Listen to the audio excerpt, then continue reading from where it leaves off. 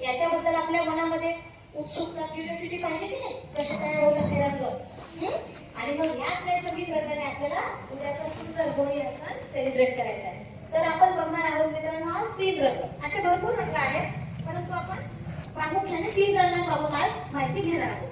पहिला आपण गुलाबी, दुसरा पिवळा आणि तिसरा हिरवा. गुलाबी, पिवळा, हिरवा. स्पिनच. स्पिनच म्हणजे पालक. पालकचा रंग कोणता? हिरव्याला काय म्हणतात इंग्लिश मध्ये? मग आपण आज पालकापासून कुठला रंग बनवणार? Very good. ती आहे हळद. काय आहे? रंग बनवणार आहोत पिवळा. Very nice. त्याच्यानंतर बीटला इंग्लिश मध्ये बीटरूट असं म्हणतात.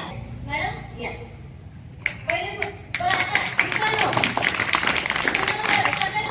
गुलाबी, पिवळा आणि हिरवा या 3 पैकी कुठला रंग बनवायचा सांगा बरं. गुलाबी बनवायचा? नक्की.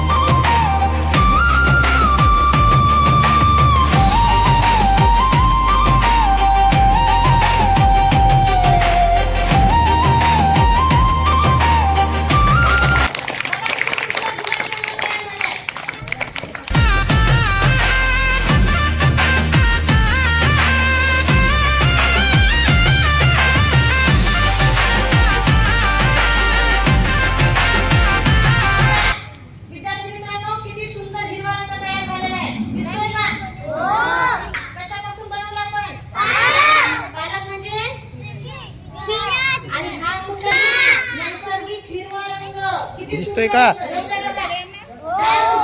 आवडला का रे? काय वाला?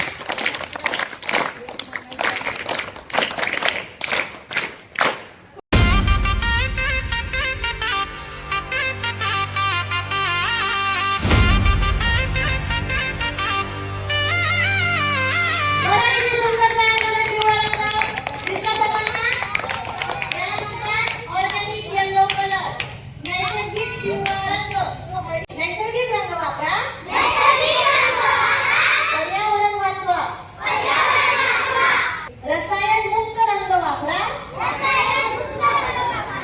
आरोग्य आणि पर्यावरण जपा. नैसर्गिक रंग आरोग्याचा संग. पाण्याची बचत करा. आनंदाने होळी खेळा. मग आपण आज जो शाळेमध्ये कार्यक्रम घेतला पर्यावरण पूरक रंगोत्सव, याच्यामधून तुम्हाला काय काय महत्त्वाचे मुद्दे समजले? नंबर 1, पाण्याची बचत करा. मित्रांनो, पाणी हे आपल्यासाठी फार अमूल्य आहे.